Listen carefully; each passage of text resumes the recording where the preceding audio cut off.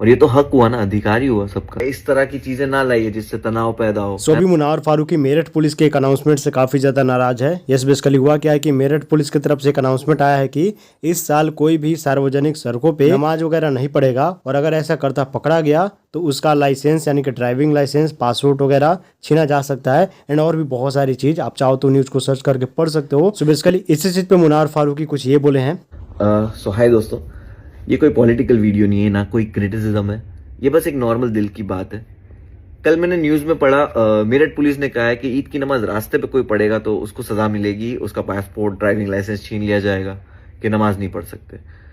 तो फेस्टिवल्स तो रास्ते पे ही हमने मनाए ना, हमने सबने। और हमारा हिंदुस्तान इतना खूबसूरत क्यों है? हमारे त्योहारों की वजह से, फेस्टिवल्स की वजह से, खाना हो, कलर्स हो, एवरीथिंग। हमारी तो फेवरेट टीमें होती थी जन्माष्टमी पे, कि चेंबूर की टीम है ना सबसे बेस्ट है, ऊपर जाके हांडी तोड़ के आते लड़के। दादर में सबसे ऊंची हांडी लगती है। मुंबई पुलिस, शुक्रिया, थैंक यू मुंबई सरकार, पुलिस, क्योंकि पायदुनी पे सालों से हमीदिया मस्जिद पे तरावी होती है बाहर, पूरा रमजान 30 दिन तक। और वही उसके हमीदिया मस्जिद के बाजू में बम्बा देवी मंदिर की आरती भी उसी सड़क पे होती है, और हम तो बचपन से देखते हुए आए। तो यही पुलिस से, मेरठ पुलिस से मेरा ये है कि प्लीज, इससे तनाव पैदा होता है, थोड़ा रिकंसीडर कीजिए इस चीज को, है ना। कोई पॉलिटिकल रैली होती है, कहाँ होती है? सड़कों पे होती है।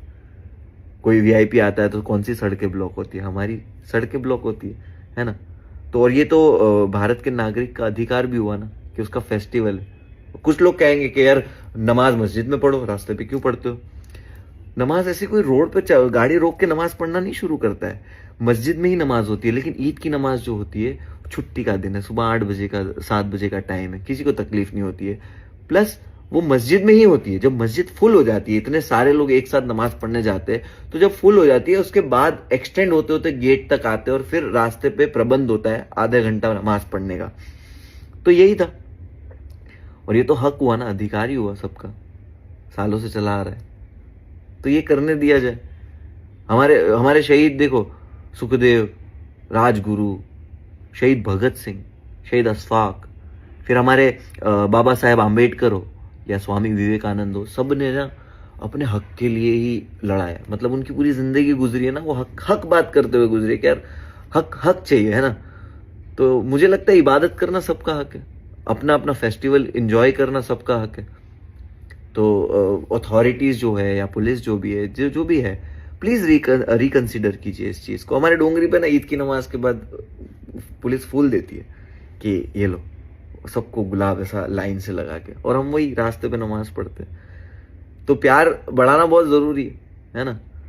तो प्लीज इस तरह की चीजें ना लाइए जिससे तनाव पैदा हो, है ना। और मेरे सारे जो मुस्लिम भाई जो देख रहे हैं उनसे भी रिक्वेस्ट है कि देखो, नमाज सुकून से पढ़ने मिले तो ठीक है, अगर नहीं पढ़ने मिले तो कोई बात नहीं, मस्जिद में कहीं भी जगह ढूंढ लेना, रास्ते में मत पढ़ना, और दुआ करना कि हालात बेहतर हो जाए, है ना। क्योंकि बोलते हैं ना कि उपलब्धियां जैसे तारीख में लिखी जाती है, जुल्म भी तारीख में लिखा जाता है। और हमारा देश अब उस तरफ नहीं जाना चाहिए, कभी नहीं जाना चाहिए, है ना। तो बस प्यार करो, और सबको जय हिंद और ईद मुबारक। इसके ओवरऑल मुनावर फारूकी के अकॉर्डिंग अभी जो ये अनाउंसमेंट आया है, ऐसा नहीं होना चाहिए।